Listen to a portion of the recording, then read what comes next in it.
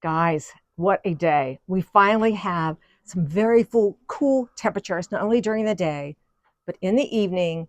And we had rain over the weekend, which has hydrated everything. And I'm going to show you signs of what rain does after having 90, 100-degree heat. And our plants have never had to face that before here in Zone 6B, Western West Virginia. I'm Teresa, by the way. And this is Gardening on the West Who are Fork. you? I'm Teresa, Gardening on the West Fork. Oh, there you But go. anyway, the signs are obvious that everyone, including my energy, and if you have been in a hot area like we all have, and it's cooled off a little bit, you're just like thrilled because you feel energy to do things. And although I love this time of year, it takes me a while to go through that summer transition into the next transition, which will be fall. But it's not high pressure. Just little things need to be done that bring you joy. I can plant some things I've been holding off because it's been too hot. I've transplanted some things. I'll show you that. But let me show you just in 2 days with my dappled willow. The reason you buy a dappled willow is the leaves are gorgeous. They've got these variegations, white and green, but the new leaf growth, which I haven't seen all spring or summer, is red. This is a sign of a happy tree. This is the sign you want to see how your plants have just like rejuvenated.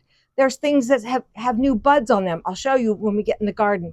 But before I go, I want to show you one of the ugliest plants that is still producing. Yeah, that looks worse than Charlie Brown's Christmas tree. Look at this, but look at the buds. This is the snacker cucumber that I bought at a local market for my granddaughter. And it's ugly. It's ugly, but it's still producing delicious fruit. There's another one going right there. I know. Then my two big ones over this here. is the bush cucumber variety. That every week we get at least 2 cucumbers, which are plenty. Look at all the flowers still. I know, lots of bloom. Everything feels good.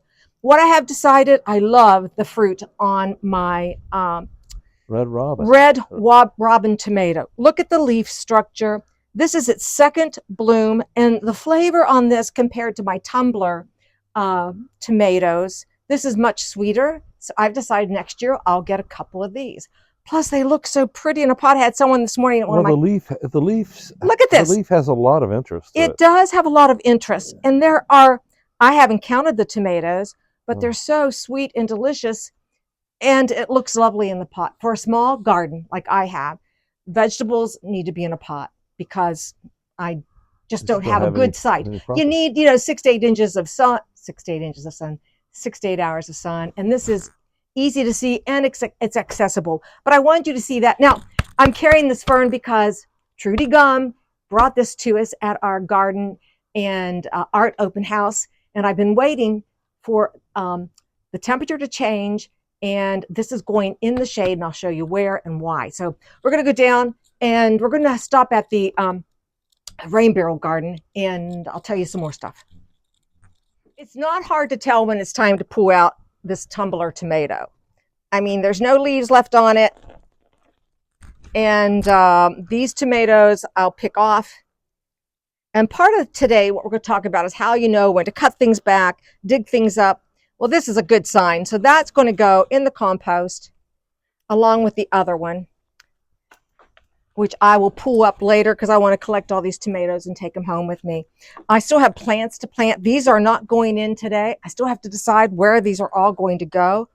And if anyone wants a nice sedum plant, I still have them to give away. I'm going to set these tomatoes right here. But let's go in the garden, and I'm going to show you. I want to show Reg too. I just decided where a beautiful dark green liriope is going to go. Isn't it interesting how you find out where you want things to go, and you've been walking past it all summer? I've been working on a piece for the last week. Yeah. And I painted it, part of it, one color. And today I looked at it and I said, nope, no, that's not right. It didn't feel right. I mean, now I put the other color on, it feels right.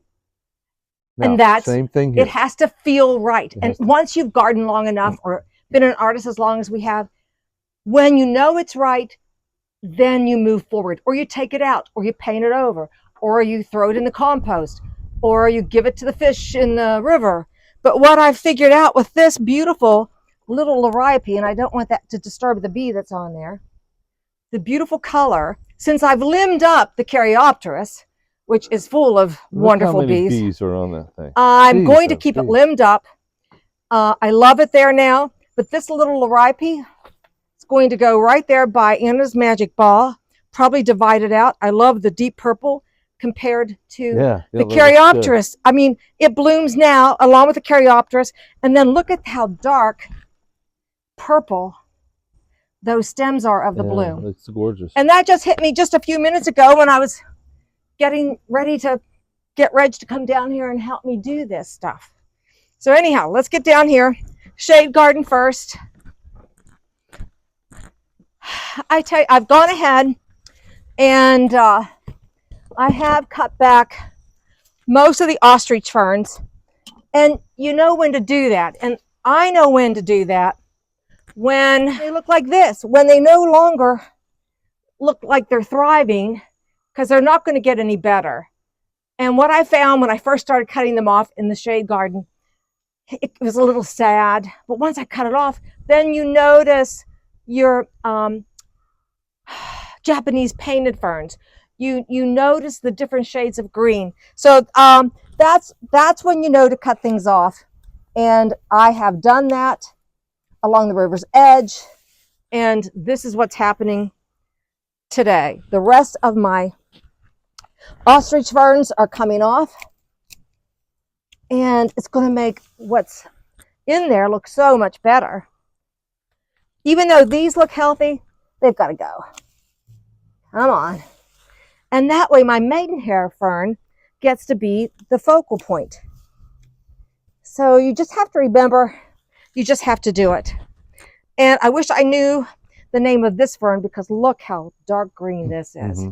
This is lovely. Yeah. The other thing I'm doing today, and Reggie, I don't think you can see this, but any trees that you get suckers coming up from, I noticed this yesterday. I did the front. I thought, stop, because I need to come in here and get the suckers. If you're trying to tree form anything, you want to keep suckers from coming out. It's easier to maintain a tree in a small spot if you keep these suckers. Well, don't throw those away. Cut back. I know you like the curly.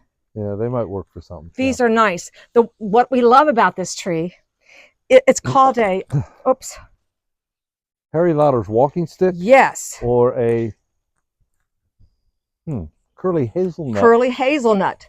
And it's called a curly hazelnut because of its wonderful stems. Yeah. They look nice. You can dry these. They make nice fall arrangements. Yeah, they do. And so Reggie wants me to keep these, so I will. Yeah. But that is how you know when to cut back stuff, is when you know it's not going to get any better. And it's okay.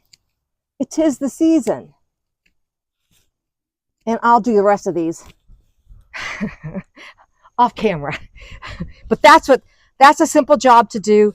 Again, it's low stress, doesn't take long, but when you stand back and take a look at it, everything's freshened up. What you'll notice, the beautiful plants back here that are going to get ready to bloom are my anemones. Oop. I think. Well, you're standing in front of the camera. They're white anemones. They'll be in bloom in a week or so. And they look so pretty back here against this black fence. Everything looks nice against the black fence. But these will be showstoppers. Let's get going. Oh, I've got all this stuff. I've got things to show you. Oh, good. Thanks for grabbing the shovel, because I'm going to need that. But over here in the shade garden, as you can see, I've cut back all the ostrich ferns. Again, this is another thing I walk by all the time. And I thought, I love how the Japanese painted ferns are showing up so nice, and they'll bloom, they'll stay this color till we get a heavy frost. But yet on this side, I don't have the same show. So with these that Trudy, sorry, Trudy brought these to me. I can get some balance right here on the walk, and it looks so pretty. So I didn't know where I was going to put those. till just about, I don't know, an hour ago. I walked down here and thought, yes. So anyhow, I had my shovel down here, and we're just going to put this in the ground. Thanks to Trudy. The soil isn't too bad. Oop, I saw some daffodil bulbs in there, which is fine. We'll let them stay there. I'm going to add just a little compost in the base. Just like that.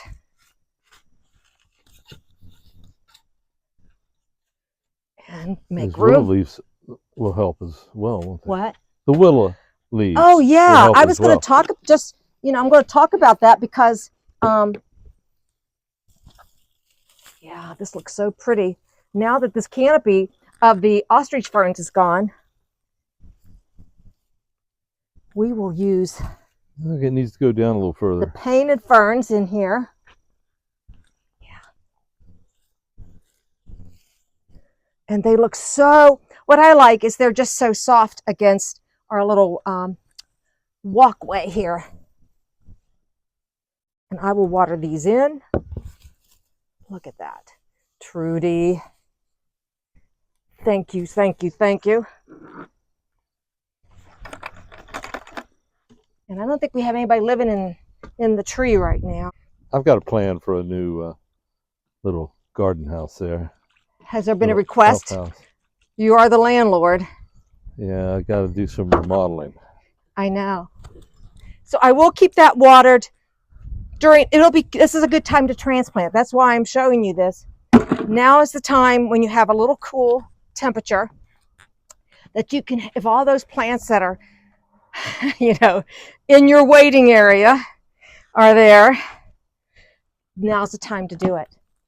The other thing I do in this bed, now that the ostrich ferns are gone, is I take the leaves, I sweep up leaves every day, but what I can do now is I can throw these as compost directly on the plants, because I do not put compost on these beds that the willow covers up. That bed just gets leaves. I didn't mean compost. I meant mulch. My mulch are the leaves from the tree. I do add compost in the spring, but I let the leaves be the mulch, and that's what's happening here.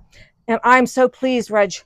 We planted these just a couple weeks ago, and the color shows up. They're looking a lot better. Yeah, the color shows up so nice up on the deck, and that's what I wanted. A little pop of color once the ostrich ferns were gone right here that I can see. What I did do yesterday too is, if you've been watching, you know that I want to have forget-me-nots tucked in everywhere along this border so that in the spring it looks like a little cloud of blue. So yesterday I came in and I took some from this border. It's so easy. With forget-me-nots, they are not hard to dig up or to transplant. All you have to do is you just take your shovel, get a little bit of soil under them, like that.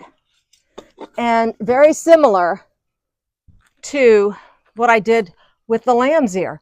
If they can make contact with soil and you keep them watered, they will just take off. And they've been blooming like this all summer. I don't need this clump right now. I'm going to stick it back right there. And this is wet in here still. Yay, we had good rain, about 4 inches the other day. But I did come in the other day and yesterday. I'm going to give them some water again today, because I really hope that what my vision is, I get to see. Yeah, more like a little ground cover border edge, won't it? Yeah, it'll be just a little puffiness. It's not going to be, it will not be overwhelming. I tried to find my inspiration picture on that, and I couldn't find it. The other thing is knowing, again, when to trim things back. And I have cut back my Nepeta or catmint twice this summer. And when you can see, I've cut this off. Like I said yesterday, I came in here with like a crazy lady.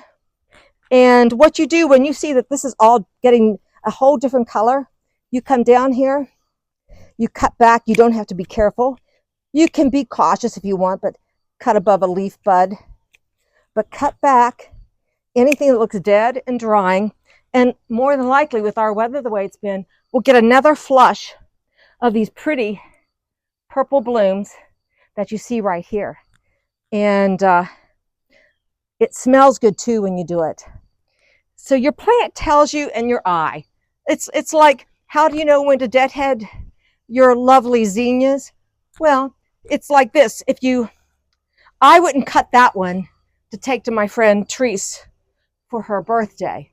So anything that you wouldn't cut to bring inside, and you can see there's a bud right here. There's a bud right Take there. it clear down to where the leaves join and cut that off. And those can go in your compost pile. But that's what you do. You know, when you look at something, if you wouldn't bring it inside, then it's time to cut it back. And if you do that, things repeat bloom, they repeat bloom, and it doesn't take long at all. I mean, it just is a little bit of nothing, and your garden is like refreshed, like we are. So those are the things. I think that's everything I wanted to show you that I've been doing since the temperature changed. It made a big difference. My little pinky winkies are looking good. Look at this. This is that last week when we dug up this dead spot, and I put that right in the soil. That looks like it never happened. Yeah. And it's because of getting it connected to the soil and watering it. That makes a big difference. So anyhow, oh, I want to show you one more thing, then we'll go. You know, my roses took a little bit of a hit this summer with Japanese beetles and the heat. Look at this new flush right here. Don't look at those ugly, ugly leaves with spot on them. I don't spray anything. But back here, it looks like a brand new plant. Beautiful. Yay. Rain, cooler temperatures. It just brings energy back to the plants that you can see and to the gardener who's out here. So I hope you feel the same thing. I've seen a noticeable change. Is it a noticeable change? It is. I'm just so excited. So thanks for watching Gardening on the West Fork. I'll bring you along because I might be able to inspire you to do more stuff in your garden. We'll see you the next time.